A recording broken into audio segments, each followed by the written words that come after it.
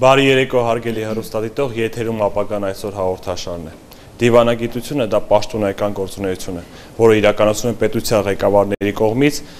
իրավունքների իրականացման եւ շահերի պաշտպանության համար։ Այսօր իմ զրուցակիցների հետ կխոսենք հայաստանյան արտաքին քաղաքականության մասին։ Ներկայացնեմ այսօրվա իմ հյուրերին Ռոբերտ Աղարոնյան, Հայաստանի սոցիալիստական շարժման ղեկավար, Անի Զախարյան, նոր քաղաքական մշակույթ կուսակցության նախագահ, Արմեն Վարդանյան, միջազգային եւ անվտանգության հարցերի հայկական ինստիտուտի փորձագետ եւ Արման Բոշյան, Երևանի աշխարհաքաղաքական ակումբի ղեկավար։ Խնդրեմ հարգելի հյուրեր, բոլորիդ նախ շնորհակալ եմ հրավերքն ընդունելու համար եւ ընդհանրացված ցանկացածիդ խնդրեմ մի փոքր կարծիք, մի փոքր ռեպլիկ ընդհանուր ներքին եւ արտաքին քաղաքականության մասին, հայաստանյան արտաքին քաղաքականության մասին, խնդրեմ Ուրեմն ասեմ 2013 թվականից ես որպես հասարակական գործիչ,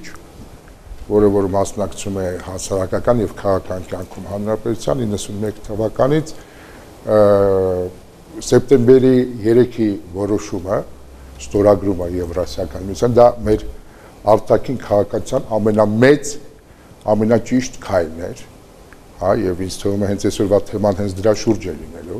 որ հանրապետության նախագահան կատարեց կոնկրետ որոշում, ստորագրեց պայմանագիրը Մաքսային միության հետ համագործակցելը։ Իսկ այսօր խաղալ երկու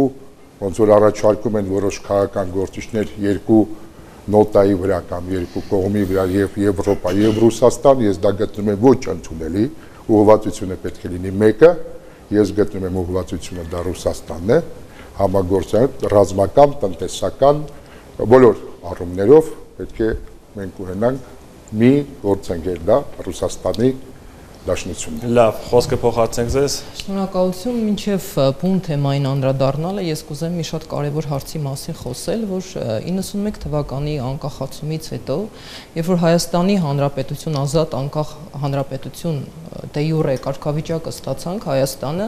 մենք չգիտակցեցինք այդ անկախությունը եւ այդ անկախությունը չամրապնդեցինք ոչ իրավագիտակցության, քաղաքացիական իրավագիտակցության մակարդակով, ոչ պետական մակարդակով եւ այն սահմանադրությունը, որը արտացոլում էր մեր ինքնիշխան պետության, այսպես ասած, զարգացումը, բացարձակապես չունեցավ այն հիմնավորումը, այն հիմքը, որը պիտի լիներ եւ պետական չափանիշներում տրված եւ յուրաքանչյուր քաղաքացու ինքնագիտակցության եւ իրավագիտակցության մակարդակի վրա տրված։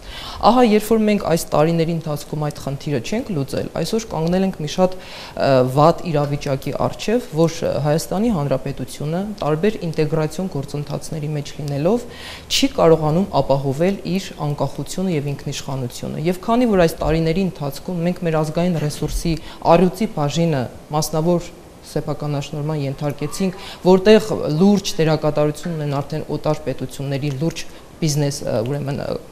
կամպանիաները,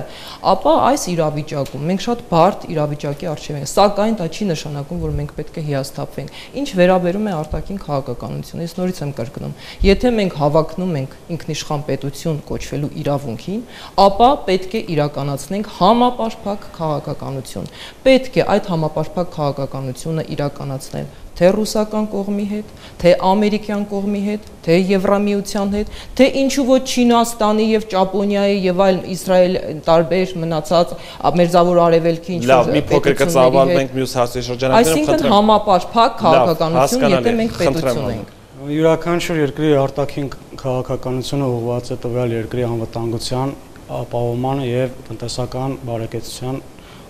ապահովմանը։ Հայաստանի Հանրապետությունը մինչև 2000 թվականից սկսած արդեն որդեգրել էր կոմպլեմենտարիզմի քաղաքականությունը, այն է տարբեր աշխարհաքաղաքական ուժի կենտրոնների հետ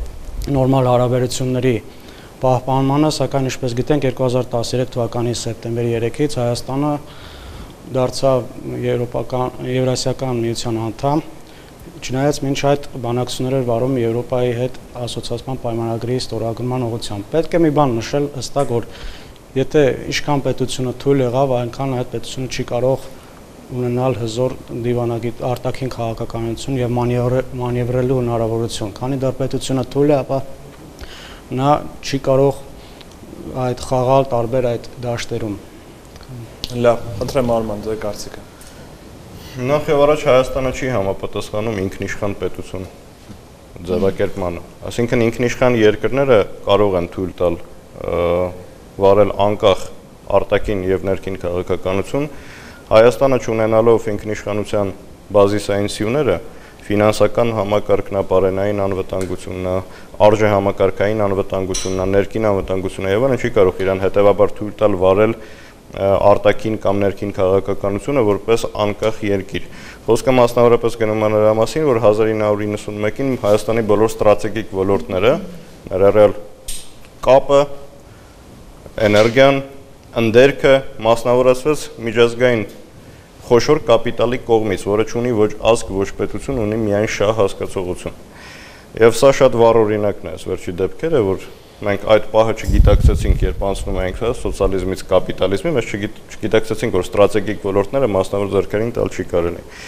Ինչը վերաբերվում է արտաքին քաղաքականության, աշխարհում շատ քիչ երկիր կա, որը կարողանում է վարել անկախ արտաքին քաղաքականություն, անգամ Ռուսաստանի նման երկիրը նոր վերջի մի քանի տարում կարողացել է հստակեցնել իր արտաքին քաղաքականության քայլերը, որը ուղղված են երկրի անվտանգությունը ապահովելու։ Հայաստանը ելնելով իր աշխարհագրական դիրքից, ելնելով մեր պատերազմական վիճակից, կարող է վարել արտաքին քաղաքականությունը ռեալ իրավիճակը հաշվի առնելով, իսկ ռեալ իրավիճակը հետևյալն է։ Մենք գտնվում ենք մի տարածաշրջանում, որտեղ կա բախում երկու ռազմական բլոկերի, խոսքը գնում է ՆԱՏՕ-ի եւ ՀԱՊԿ-ի, որտեղ Հայաստանը անդամակցում է։ Մենք շրջապատված ենք երկրներով մուսուլմանական, որից Թուրքիան եւ Ադրբեջանը մեղմ ասած դրական տրամադրված չեն Հայաստանի հանդեպ, եւ հաշվի առնելով այս ռեալ իրողությունը, Հայաստանը պետք է վարի արտաքին քաղաքականությունը առաջին հերթին ապահովելով անվտանգության հարցը, երկրորդ հերթին տնտեսական եւ ամենակարևորը արժե համակարգային պաշտպանության հարցերը։ Լավ, մենք տարածաշրջանային մասին խոսենք։ Տարածաշրջանը ըստ էության թելադրում է նաև քաղաքականություն։ Արդյոք մենք կրողն ենք մենք տարածաշրջանի դիվանագիտության եւ քաղաքականության, եւ եթե ոչ, ինչի չեն կրող դա։ Ես հակադարձելով Արմանին ասեմ, ուրեմն եթե մենք ելնելով այդ կոնցեպցիաներով առաջնորդվենք, ապա միշտ էլ աշխարհաքաղաքական իրադրությունը այնպիսին է, որ մենք գործ ունենք գերպետությունների հետ, ովքեր ունեն հզոր տնտեսական ռեսուրսներ, բանկային համակարգ եւ այլն, եւ այդ ելնելով իրադրությունը մեզ անընդհատ ճնշող կլինի։ Ուստի ես կարծում եմ, մեր ինքնիշխանությունը անկախ մեր ստեղծված այնպիսի աշխարհաքաղաքական իրավիճակում, որ այս պահին գտնվում է Հայաստանը, աշխարհագրական դիրքից բխում է մեր իրավական ազգային պետության չափորոշիչներից։ Եթե անգամ որևէ ընտանիք, ով չունի այն ֆինանսական ռեսուրսները, ունի իր իրավունքները։ Արմանը մատնանշեց, որ Հայաստանի Հանրապետությունը ըստ էության որևիցե իրավունքներ չուներ թե։ Այո, այսօրվա պետական չափանիշների իրավիճակում այո գտնում եմ, որ չունի, որովհետև ամեն վարքյան ոտնահարվում է մեր սահմանադրությունը, մեր քաղաքացին իրավագիտակցության մակարդական կամ չունի, որ կարողանա պաշտպանել իր իրավունքները, պետական չափանիշների ուրեմն կողմնորոշվելուց մենք անընդհատ դուրս ենք գալիս ելնելով, եթե քաղաքականությամբ, եւ եթե մենք այսպես շարունակենք, ապա այս ստեղծված աշխարհաքաղաքական իրավիճակում Հայաստանը ինքնիշխանությունից ընդհանրապես զրկելը մի քայլ է։ Ուստի ես այսօր գտնում եմ կարևոր է այն պահը, որ մենք վերջապես գիտակցենք, որ այո, մենք թուլացել ենք, այո, մենք կորցրել ենք մեր ֆինանսատնտեսական ամբողջ ռեսուրսները, այո, մեր պետությունը այսօր ինքնիշխանությունից զուրկ է, բայց պետք է տնել հիմքերը, եթե մենք երիտասարդ քաղաքական գործիչներ ենք մեզ համարում, քաղաքացիներ ենք համարում, այսօր արժանապատիվ քաղաքացիների մի լայն երիտասարդություն ապացուցեց, որ պատրաստական է ուրեմն պայքարելու իր ինքնիշխանության համար, մենք պետք է տնենք վերջապես այդ հիմքերը ելքեր փնտրելով եւ ճիշտ համապարփակ քաղաքականություն իրականացնելով։ Եթե Ռուսաստանը եւ Ամերիկան այսօր այսպիսի բախման մեջ են գտնվում, դա բացարձակապես ես գտնում եմ, որ ընդհանրապես պետք է մեր խնդիրը չլինի։ Մենք պետք է պաշտպանենք չեզոքություն, եթե կարողանանք ապահովել մեր ներքին ինքնիշխանության իրավական այդ բոլոր չափանիշները։ Հայաստանը պետք է պաշտպանի իր պետական շահերը։ ազգային շահերը պետական, դրանք հստակ ձևակերպում ունեն։ Ուղղակի այս ֆորմատը իհարկե թույլ չի տալի, որ մենք խորանանք այդ ձևակերպումների մեջ, բայց գոյություն ունի հասկացողություն ազգային շահ, պետական շահ եւ պետականամետ գործիչներ, ոչ թե իշխանամետ, այլ պետականամետ, դրանք լրիվ տարբեր բաներ են։ Ապա ինքնիշխանությունը դա մի երևույթ է, որը ինչքան ուզում ես թղթի վրա ձևակերպիր, դա փաստացի երևույթ է, կամ նա կա, կամ չկա, կամ շենքը կա, կամ չկա։ Հիմա ես մեր քաղաքացիների պահով կուզեմ ասեմ, որ Հայաստանի քաղաքացիները շատ ավելի գիտակից են։ Մեր ժողովուրդը շատ ավելի գիտակից է, քան թե հենց նույն Արևմուտքի կամ Ռուսաստանի։ Մենք մեր գիտակցությունը գալիս է նրանից, որ արդեն 25 տարի է մենք ապրում ենք այսպես թե այնպես պատերազմական կամ կիսապատերազմական վիճակի մեջ, դա մեկ։ Անհրաժեշտ է, որ Հայաստանի քաղաքացին յուրաքանչյուրը հասկանա։ Այնինչ կատարվեց 1991 թվականին, հույս էր, որ երկիրը ձեռք բերի ինքնիշխանություն, բայց փաստացիորեն մեզ խաբեցին։ Խաբեցին ստրատեգիկ ոլորտները, մասնավոր միջազգային կապիտալին փոխանցելով։ Խաբեցին վարելով այնպիսի ներքին եւ արտաքին քաղաքականություն, որը կարելի է դիտարկել որպես կոլոնիալ, այսինքն գաղութացված։ Ընդ որում ոչ թե ռուսական կողմում, այլ հենց արևմուտքի կողմից գաղութացված մենք իրավիճակ ունեցանք եւ Հայաստանում եւ հետխորհրդային բոլոր երկրներում, ներառյալ Ռուսաստանի Դաշնությունը։ Դրա համար հենց նոր վերջի մի քանի տարում Ռուսաստանի Դաշնությունը քիչ թե շատ կարողանում է սեփական շահերը պաշտպանել, օրինակ Սիրիայում, իսկ Հայաստանը մինչ օրս արտաքին քաղաքականությունը ստիպված է ելնում համաձայնացնել զանազան աշխարհաքաղաքական կենտրոն մասնավորապես, խնդրեմ, մասնավորապես աշխարհաքաղաքական կենտրոնների շուրջ, այսինքն Արևմուտքի, որը որ այսպես թե այնպես կառավարվում է Ամերիկայի Միացյալ Նահանգների կողմից, Ռուսաստանի Դաշնության շուրջ ձևավորվող գեոպոլիտիկ կենտրոնների։ Իսկ ինչպես եք վերում ԵՏՄ անդամակցության, այսինքն ըստ էության ձեր ասած մասնավորապես մենք ուղղակի Հայաստանը ելնելով ընթացիկ իրավիճակից այլ ընտրանք չուներ, քանի որ մեզ Եվրամիությունը երբևիցե անդամակցություն չի առաջարկել։ Եթե մեզ առաջարկի, եթե մեզ Եվրամիությունը առաջարկել անդամակցություն, այդ դեպքում կարելի էր քննարկել բոլոր պլյուսները եւ մինուսները եւ կատարել որոշակի ընտրություն։ Եվրասիական տնտեսական միություն ընտրելը Հայաստանի գալիս էր առաջերտին անվտանգության խնդիրներից, քանի որ չնայած դա կոչվում է տնտեսական բլոկ, իրականության մեջ դա աշխարհաքաղաքական բլոկ է։ Եվ այո, ռեալ իրավիճակը գնահատելուց մենք ստիպված եղանք, այսինքն Հայաստանի Հանրապետության նախագահը ընտրեց այդ տարբերակը, բայց օրինակի համար ես կողմնակից կլինեի, որ մենք պետք է ընտրեինք այն տարբերակը, որը հնարավոր կտար մեզ ինքնիշխանության սյուները ամրապնդել։ Թե դա որն է, Եվրասիական տնտեսական միությունն է արդյոք, ես կարծում եմ, որ առաջի հերթին Հայաստանը պետք է մշակեր սեփական պետական ռազմավարությունը, որից հետո նոր անդամակցեր Եվրասիական տնտեսական միությանը եւ այլ բլոկներին։ Դա իհարկե չի նշանակում, որ այսօր մենք դա չենք կարող անել։ Եվրասիական տնտեսական միությունը գաղափարական հենքիր ունի։ Նա տնտեսական բլոկ է, բայց գաղափարական որևէ ձևակերպում նա չունի։ Այդ բոլոր այդ բաստողումները անհրաժեշտ է լրացվենք Արմենին Զենտան կտրեմ։ Ուրեմն ես համամիտ եմ, որ Հայաստանը գտնվում է բարդ տարածաշրջանում, որտեղ բախվում են բոլոր խոշոր տերությունների եւ տարածաշրջանային տերությունների շահերը։ Ես համեմատ եմ նաև, որ 1991 թվականից սկսած Հայաստանը բոլոր իր ռազմավարական կարևոր օբյեկտները տվեց անդրազգային, ոչ միայն անդրազգային կազմակերպությունն, այլ նաև Ռուսաստանին, մի շարք ռազմավարական օբյեկտներ գտնում են ներկայումս Ռուսաստանի ձեռքին, որով դա դարձել է շանտաժի գործիք Հայաստանի վրա որոշակի ճնշումներ գործադրելու համար։ Ես համաձայն եմ, որ Հայաստանը ձիճել է իր բոլոր կարևոր ռազմավարական օբյեկտները, կորցրել է իր բոլոր դիմադրողականության բոլոր ռեսուրսները եւ նման պայմաններում արդյունավետ արտաքին քաղաքականություն վարելու մասին խոսք անգամ չի կարող լինել։ Դրա համար ներկայումս Հայաստանը ստիպված մեկ այս բլոկի հետ է սիրախաղի մեջ մտնում, մեկ այն որոշակի փորձում, բայց մեծ հաշվով արդյունավետ արտաքին քաղաքականություն Հայաստանը չի կարող վարել։ Հիմա ես այդտեղ կներեք խոսեմ, հետո մի վարքան, ուրեմն 90 բոլորը մի վարքան ասեմ։ 91 թիվն եք բոլորը բերում, ասում եք 91 թվից էս կողմ Հայաստանը։ Նախկին սովետական միության 15 պետությունները, որոնք որ դուրս եկան սոցիալիզմից, դուրս եկան սովետական միության կազմից, նույն կարգավիճակում են եղել եւ կան։ Արդյոք մենք ինչ ենք ասում, որ մեր Հայաստանը թույլ է, թույլ չի, ուղղակի մենք պետք է կողմնորոշվենք, որ խորհրդային միությունն է այդպես։ Նախկին խորհրդային միությունը գահութացվեց կարելի ասել միջազգային ֆինանսական համակարգի կողմից, հիմա պետք է վերականգնել երևի սովետական միությունը, որ գահութացված ժամանակները այդ ժամանակները գնացել են, անհրաժեշտ է վարել պետականամետ քաղաքականություն, անհրաժեշտ է ժողովրդին բացատրել, որ կապիտալիստական համակարգի էությունը սա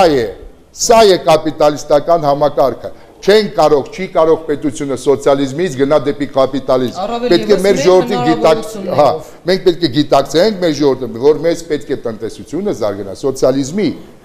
վիճակով, թե Ռուսաստանում ինչ կլինի, թե մյուս երկրներում, դա արդեն երկրորդական մենք չենք կարող հաշվի չնստել մեր տարածաշրջանի երկրների հետ։ Ես ձեզ տվեցի խոսեք, չէ՞, հիմա ինչ վերաբերում է անընդհատ թույլ ենք այդ կարգավիճակին։ Արման, եթե որոշ մարդիկ կամ դուք ինքներդ ձեզ թույլ եք համարում, դա ձեր խնդիրն է, ես ինձ ուժեղ եմ համարում։ Եվ որպես քաղաքականությամբ զբաղվող գործիչ ես գտնում եմ, որ այսօր մենք նշում ենք 100-րդ տարելիցը, չէ՞։ Այսպես ասած ցեղասպանության, ճանաչման, տարբեր ուրեմն միջոցառումներ են իրականացնում։ Եթե 15 թվականին վերածնված հայ ժողովուրդը կարողացավ դեռ ձեռք բերել եւ ճանապարհ անցնել, թեկուզ խորհրդային միության ուրեմն շրջանակներում, հետո նաեւ անկախության ուրեմն դե յուրե պայմաններում, որը ըստ էության միայն մնաց թղթի վրա, ապա այսօր, եթե մենք կարողանանք այո վարել քո ասած այդ պետական քաղաքականությունը, եթե մենք կարողանանք իսկապես այնպիսի իշխանություն ձևավորել, որը պետականամետ է, որը իսկապես հայամետ քաղաքականություն իրականացնում, որը իսկապես միտված է պետություն զարգացնելու այդ չափորոշիչներին, ապա ես համոզված եմ եւ նաեւ մենք ունենք այսօր գյուղատնտեսական հզոր պոտենցիալ։ Եթե կարողանանք թեկուզ ներսում մեր գյուղատնտեսական այդ հզոր պոտենցիալը իրացնել։ Մենք այսօր ունենք ենթադրենք Նայիրիտ, որը վերագործարկման հետ կապված խնդիրներ կան, ես կարծում եմ Նայիրիտի վերագործարկումը պետք է տանել մի քիչ այլ չափանիշներով եւ ենթադրենք Նայիրիտի այդ հեյթի վրա շատ վիճելի եւ փորձագիտական միջամտության լուրջ ուսումնասիրման կարիք ունի։ Մենք կարող ենք այդտեղից մեկ այլ արտադրական ուրեմն մենք туриզմի զարգացման լայն հնարավորություններ ունենք։ Եթե մենք ի վերջո ունենք մշակութային ժառանգություն, եթե մենք կարողանանք այդ ունեցածով այս պահին կողմնորոշվել եւ այո ձևավորել այն պետական իշխանությունը, որոնք պետք է ինքնիշխանության կողմնակից լինեն եւ իսկապես ծառայեն իրենց երկրին եւ ժողովրդին, ապա մեր երկրում իրավիճակը իսկապես կփոխվի։ Պետական իշխանությունը ո՞րն է, նույնիսկ դուք պատկերացրեք, որ մի իշխանություն չի մտածում պետության մասին։ Ես գտնում եմ, որ այս իշխանությունը չի մտածում։ Ես ներողություն եմ խնդրում, ես ընդհատեմ։ Ունի այն պոտենցիալը, ունի այն մտավոր ռեսուրսը, որ կարողանա դա իրականացնել։ Անիջան, նախևորը շատ լավ ասացիր թույլ լինելու մասին, բայց ես կխնդրեմ եւս մեկ անգամ հաղորդում ունենալ, ես չեմ ասա, որ մենք թույլ ենք։ Ես ընդհանրապես փաստ եմ արձանագրել, որ Հայաստանը ինքնիշխան չի։ Մի վարքյան։ Ուրեմն թույլ ենք։ Ես ընդհանրապես փաստ եմ արձանագրել, որ Հայաստանը թելադրում մեր կանոնները, Անիջան, ես միտքս ավարտեմ։ Մենք ինքնիշխան չենք, դա տարբեր բաներ են, բայց մենք թույլ չենք։ Եվ մենք հնարավորություն ունենք վերականգնել մեր փաստացի ինքնիշխանությունը։ Եվ առաջի քայլը պետք է լինի ստրատեգիկ ոլորտների պետականացումը, ինչը նշանակում է ազգայնացումը, ինչը նշանակում է ոչ միայն էլեկտրոցանցերի ազգայնացումը, այլ նաև ընդերքի, որը ամբողջովին արևմուտքի ձեռքն է։ Եվ լռել ու ասել միայն ազգայնացնել սա, լռելով մյուս ոլորտի մասին ճիշտ չէ։ Բոլոր ստրատեգիկ ոլորտները անհրաժեշտ է ազգայնացնել եւ խոշոր բիզնեսին թույլ չտալ, որ նրանից կախված լինի Հայաստանի քաղաքական պետական անվտանգություն։ Դա արդեն սոցիալիզմի սկիզբն է։ Սոցիալիզմի սկիզբը չի դա։ Ցանկացած կապիտալիստական երկիր, որը ուզում է կապիտալիստական երկիր չենք կարող լինել, Արման, եկեք մոռանանք։ Վերեք դա արդեն այլ ֆորմատի քննարկման հարց է։ Որպեսզի ստրատեգիկ ոլորտը ծառայի պետական շահերին, նա պետք է լինի պետական։ Իսկ մեզ 25 տարի է, ասում են, որ անհրաժեշտ է ներդրումն եւ բիզնես եւ այլն, այդ դեպքում հարց է առաջանում, բայց մի քանի միլիարդ դոլար պարտքը Հայաստանում որտեղից է գոյացել, եթե մեր ստրատեգիկ ոլորտները այսօր մասնավոր մարդկանց ձեռքում են։ Եվ էական չի այդ մասնավոր բիզնեսը ռուսականա թե արևմուտքինա, մասնավոր բիզնեսը ոչ ազգ ունի, ոչ պետություն, նա ունի շահ։ Այո, եւ միայն բիզնես շահ։ Եվ միայն սեփական շահ ունի, եւ միշտ չի որ այդ շահը բռնում է պետական շահերի հետ։ Անձնական շահեր ես կասեի։ Լավ, խնդրեմ մի հետեւյալ հարցը։ Էներգետիկ դիվանագիտության մասին խոսենք, ըստ էության ամենակարևոր դիվանագիտություններից մեկն է, որովհետեւ մենք ունենք հնարավորություններ Իրան Հայաստան գազամուղ անցկացնելու եւ հետեւաբար որը կարող է ընթացքում վերածվել նաեւ նավթամուղի։ Եվ չարեցինք դա։ Ինչով էր պայմանավորված դա, երբ որ մենք կարող էինք տարանցիկ գոտի հանդիսանալ եւ մեծ գումարներ եւ միևնույն ժամանակ մեծ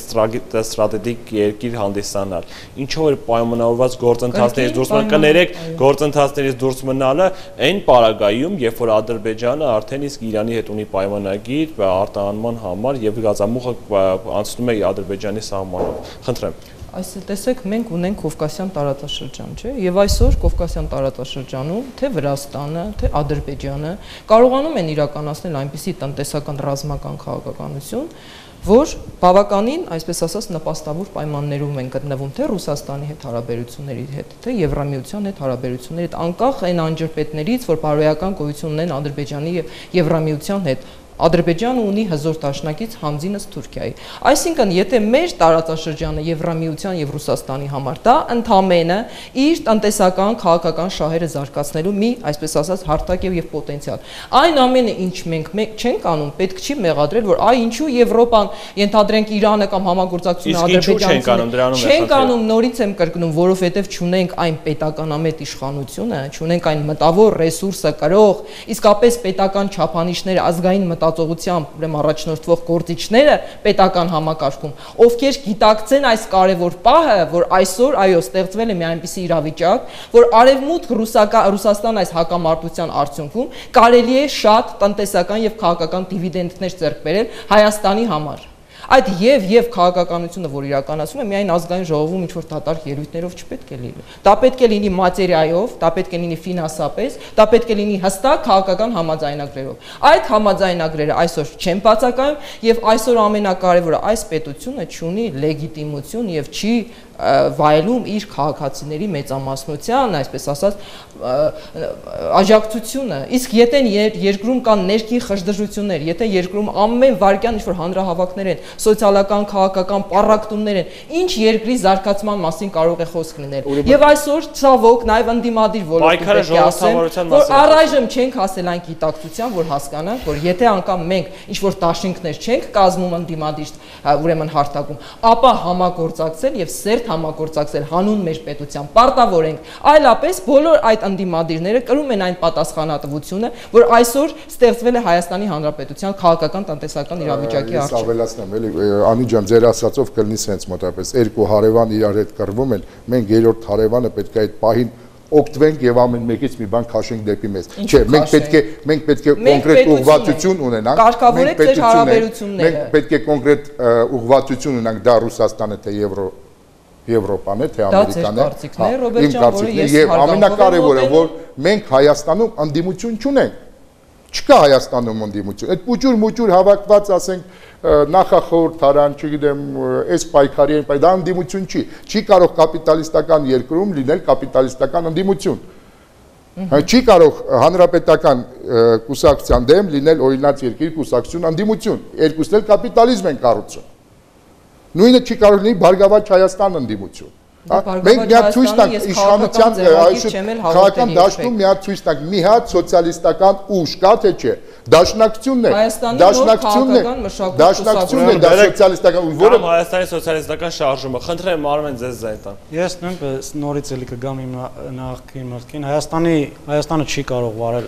արդյունավետ էներգետիկ քաղաքականություն, քանի որ Հայաստանի իշխանությունները լեգիտիմ չեն, Հայաստանի իշխանությունները չեն սպասարկում Հայաստանի Հանրապետության քաղաքացիների։ Ես կցանկանայի հետևյալը հավելել։ Միայն իշխանությունների վատ լինելը, միայն կառավարման սեկտորի վատ լինելը, արդյոք հարցի ճշգրիտ բացահայտումն է։ Այո, ճշգրիտ բացահայտումը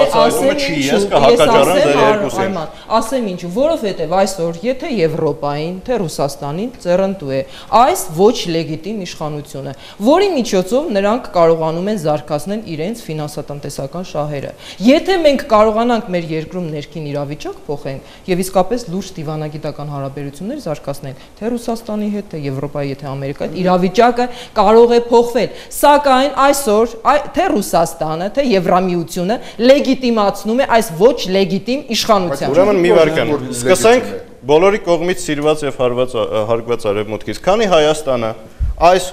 ոչ լեգիտիմ ձեր ասած իշխանությունները վարում էին պրո-արևմտյան քաղաքականություն, բոլորի կողմից ճանաչվում էր միանգամից նույնը վերաբերվում էր Յանուկովիչին Ուկրաինայում։ Հենց այդ քաղաքականությունը փոխվեց,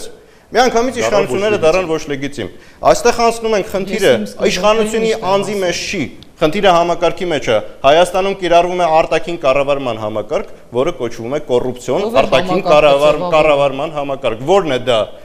Այն նա է, որ կոռուպցիան եւ ճակերտյալ վատ իշխանությունները պատահական չի ստացվում։ Մարդիկ պետք է իրենց հարց տան, այդ ինչպես է ստացվում, որ անընդհատ վատ իշխանություն է գալի։ Ինչը Հայաստանում նորմալ մարդ չկա, ազնիվ մարդ չկա։ Միգուցե խնդիրը համակարգի մեջ է, որը թույլ չի տալի, որ ազնիվ մարդիկ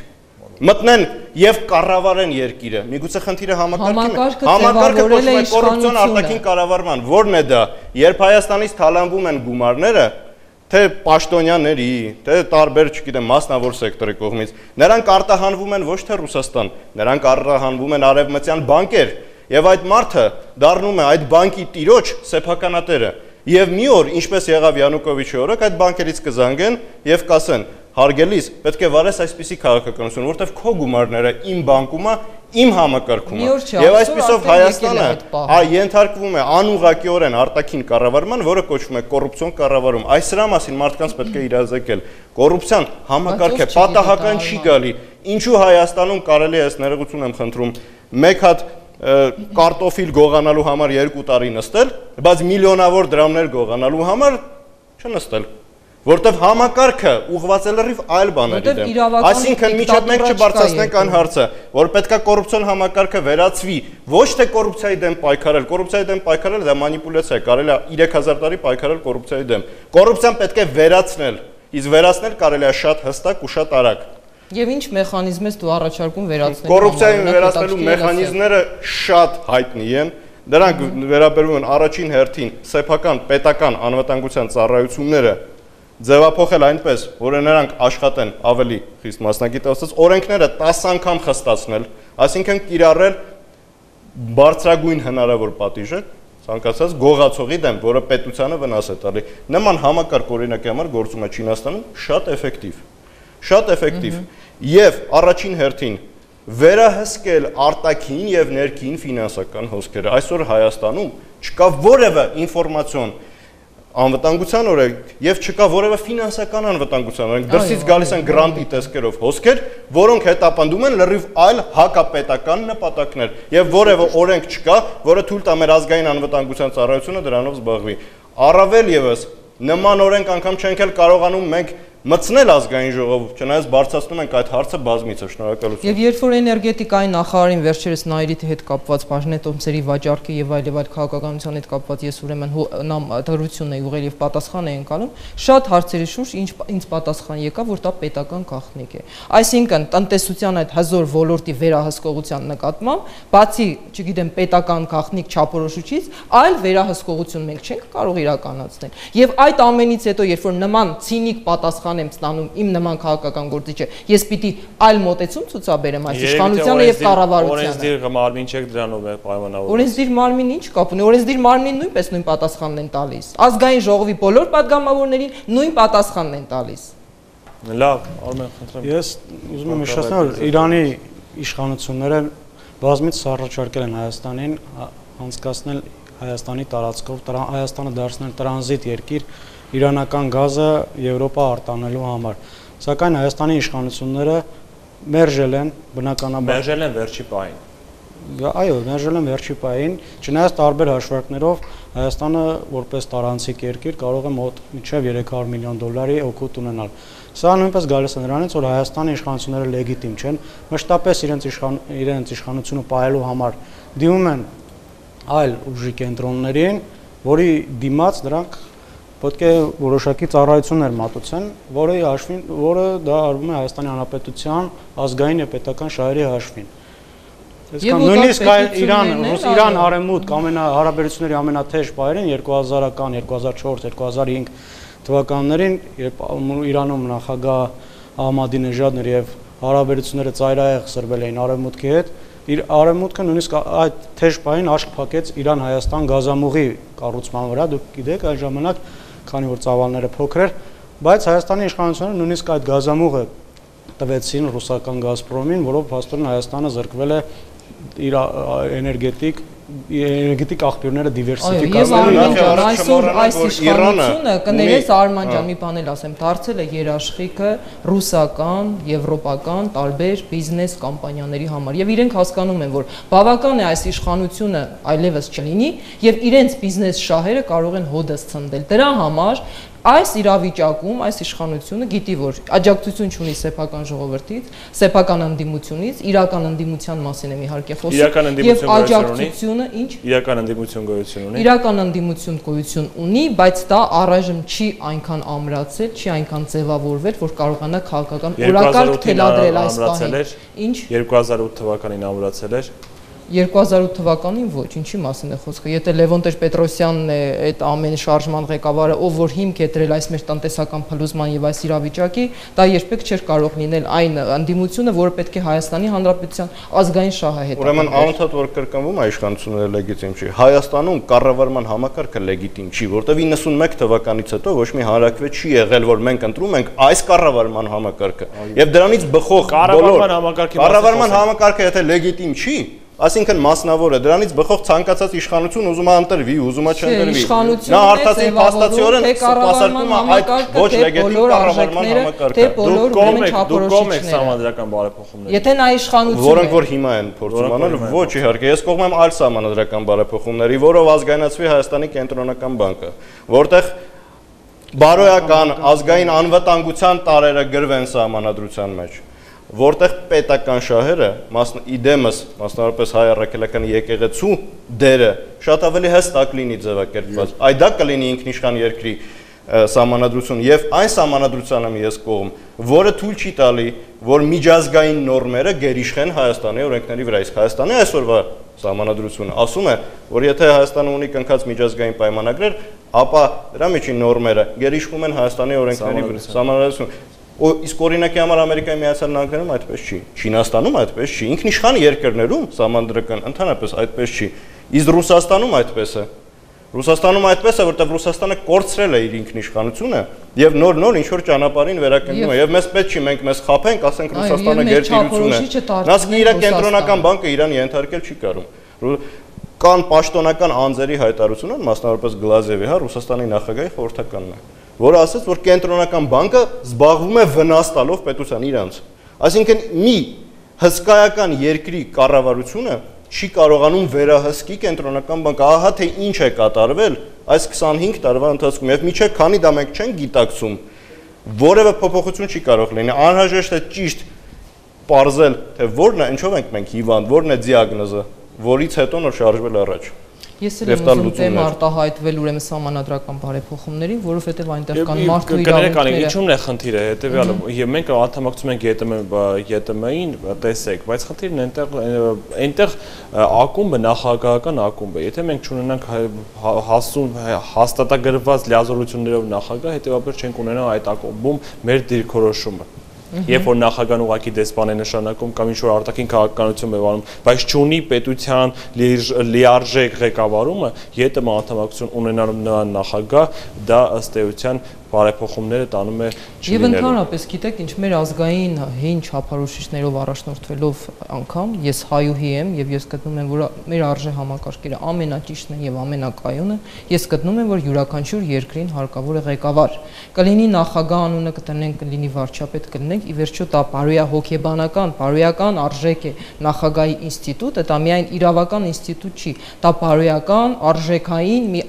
այսպես ասած առաքելություն է, որ յուրաքանչյուր գործիչ պետք է իրականացնի իր երկրի համար։ Եվ սահմանադրական բարեփոխումներին ինչ վերաբերում է, ես այս իշխանության եթե ոչ լեգիտիմ եմ համարում, ապա ինչպես կարող եմ որևէ գործընթաց, այն էլ այնպիսի կարևոր հարցի վերաբերյալ, ինչպիսին սահմանադրական բարեփոխումներն են եւ նոր սահմանադրության ընդունումը համարեմ ճշմարտացի։ Բացի այդ, այնտեղ կան շատ դրույթներ, այն է, որ նախագահան ուրեմն պետք է լինի անպայման ոչ կուսակցական, որ իրավունք ունենա առաջադրվելու եւ այլն, ինչ ես գտնում եմ մարդու իրավունքների կոպիտ ոտնահարում է, որովհետեւ միջազգային իրավական ուրեմն կատեգորիաների մեջ անգամ չկա որևէ նորմ, որը մարդուն կարող է զրկել առաջադրվելու այս կամ այն տեխնատության մեջ։ Նույնը վերաբերում է նաև համամասնական ուրեմն ընթացակարգի։ Ինչ է նշանակում 100%-անոց համամասնական։ Այո, այսօրվա մեր ստեղծված ուրեմն ընտրական համակարգի եւ այսօրվա քաղաքական իրավիճակում լավ կլինի կրճատել այդ համամասնական ցուցակները, ենթադրենք լինեն 15 մեծամասնական ուրեմն ընտրատարածքներ, սակայն ընդհանրապես համամասնական ցուցակի անցումը ըստի սխալ է եւ եթե կգտնվեն մասնագետներ, քաղաքական գործիչներ, ովքեր Եվրոպայի տարբեր երկրների չափանիշները կբերեն, ես կրկին կասեմ, դա ինձ չի հետաքրքրում, քանզի կան քաղաքացիներ, կան ակտիվ հասարակական գործիչներ, ովքեր իրավունք ունեն չմտնելով որևէ կուսակցության համամասնական ցուցակներ, որևէ ընտրատարածքում ինքնառաջադրվելու եւ ժողովրդի ուրեմն քվեի միջոցով տեղ զբաղեցնելու ազգային ժողովը։ Լավ, Արմեն, ձեր կարծիքը։ Սահմանադրական բարեփոխումներ։ Ուրեմն սահմանադրական բարեփոխումները չպետք է լինեն ինքնանպատակ, լինի նախագահական եւ կիսանախագահական կամ խորհրդարանական հանրապետություն, դա նույն կարող է Հայաստանը նույն այսպես ոչ ժողովրդավարական երկիրը լինի, եթե այդ բարեփոխումները չլուծեն 3 հիմնական խնդիր։ Դա այն է անկախ դատական համակարգի խնդիր, որովհետև առանց անկախ դատարանների իշխանությունները ինչ ուզեն կանեն, եթե չկա զսպումների եւ հակակշիռների համակարգ, հաջորդը դա ազատ շուկայի խնդիրն է, քանի որ չգիտենք որ շուկան մոնոպոլիզացված է, Հայաստանը ԱՊՀ տարածքում ամենամոնոպոլիզացված շուկա ունեցող երկրներից է, եւ ընտրությունների ազատ ընտրությունների անցկացման մեխանիզմը, քանի որ ընտրությունները միակ ճանապարհն են իշխանությունների ձևավորման համար։ Այդ 3 խնդիրները եթե սահմանադրական այս բարեփոխումները լուծեն, ուրեմն կարելի է հաջողված անել, սակայն իմ կարծիքով իշխանությունների նպատակը այլ են։ Լավ, քանի որ մեր ժամանակը շատ սուղ է, վերջին հարցը ձեզ կցանկանայի բոլորդ մանրամասնիկ ձեր քաղաքական, այսինքն բոլորիդ արտաքին քաղաքականության իդեալական մոդելը ներկայացնեք։ Որն է ձեր մոդելը Հայաստանի Հանրապետության համար։ Խնդրեմ, պարոն։ Իմ մոդելը նորից մեր ռազմական տնտեսական գործընկեր Ռուսաստան միասին ու մոդելը որ ստեղծվի նոր միություն սոցիալիստական, որտեղ որ մեր անձնագրերի մեջ գրած լինի որ մենք հայ ենք, ազգային մեր արժեքները պահպանված լինեն, հա, բայց լինենք մի միության մեջ 14 թե 13 մի պետության մեջ համարժեք իրար հետ ստեղծենք խորհրդային միությանն եք դու։ Խնդրեմ։ Շնորհակալություն, ուրեմն ես մեր կուսակցության առաջաբանն է դեպի ազգային իրավական պետություն, այսինքն երբ որ մենք կարողանանք իսկապես ձևավորել այդ ազգային իրավական պետությունը, որտեղ կունենանք իսկապես լեգիտիմ իշխանություն եւ բարձր մտավոր քաղաքական չափորոշիչներ, կրող քաղաքական գործիչներ եւ պետական գործիչներ, ապա այդ կուր թիմը ի վիճակի կլինի արդեն մշակված, ի սկզբանե մշակված ազգային ծրագրի շուրջ բանակցելու եւ դիվանագիտական կայուն հարաբերություններ զարգացնելու տնտեսական, քաղաքական, դիվանագիտական թե Ռուսաստանի հետ, թե Ամերիկայի հետ եւ թե Եվրամիության հետ։ Դժվար է լինելու, ես հասկանում եմ, աշխարհաքաղաքական այսօրվա ստեղծված իրավիճակում դա շատ բարդ է կառուցելու, սակայն եթե մենք իսկապես կարողանանք այդ ամրությունը ապահովել եւ մեր պետությունը իսկապես ձգտի այդ իդեալական իրավական չափանիշներին, ես համոզված եմ, յուրաքանչյուր գերտերություն անգամ կհարգի մեր ինքնիշխանությունը։ Լավ, ձեր կարծիքը։ Իմ կարծիքով Հայաստանը պետք է ձգտի դեպի Եվրոպական միություն։ Եվրոպական միությունը ներկայումս ունի 28 անդամ պետություն, ի տարբերություն ԵՏՄ-ի, որը 5 պետություն է, եւս մի քանիսը Ուկրաինան, Մոլդովան, Թուրքիան եւ այլի մի քանի Վրաստանը արդեն մի քանի տարի է բախում են Եվրամիության դռները, սակայն պետք է գիտակցենք, որ ի տարբերություն ԵՏՄ-ին, որտեղ անդամակցել ցանկացող պետության առջև որևէ պահանջ չեն դնում, բավական է այդ տվյալ պետության նախագահը ցանկություն հայտնի անդամակցել Եվրասիական տնտեսական միությանը անմիջապես ընդգրկում են Եվրոպական միությունը սահմանել է հստակ չափորոշիչներ, քաղաքական եւ տնտեսական չափորոշիչներ, որոնք կոչվում են Կոպենհագենյան չափանիշներ, այն է պետք է տնտեսության հնան որոշակի մակարդակ, նաեւ քաղաքական առումով ժողովրդավարություն, անկախ դատական համակարգ եւ այլն, բայց հաշվի առնելով, որ ներկայումս Հայաստանի ծանր վիճակը պետք է նշել, որ առայժմ դա ընդհանրապես մի իդեա է, որը եկեք թեթևացնենք մեր մասնակցությամբ։ Խնդրեմ։ 3 սյուն է անհրաժեշտ ապահովել արտաքին քաղաքականության։ Առաջինը տարածաշրջանային լոկալ, գլոբալ եվրասիական եւ գլոբալ միջազգային։ Առաջինը տարածաշրջանային Հայաստանը մաքսիմում պետք է ընդլայնի հարաբերությունները Վրաստանի հետ,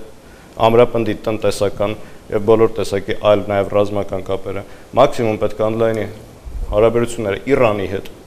հաշվի առնելով որ դա էլ է մեր տարածաշրջանային դաշնակիցը։ Գլոբալ առումով անհրաժեշտ է անվտանգությունը եւ տնտեսական կապերը ընդլայնել Ռուսաստանի հետ, բայց ոչ թե այնպես ինչպես կատարվեց Ինտերրաու կազմակերպության դեպքում, այլ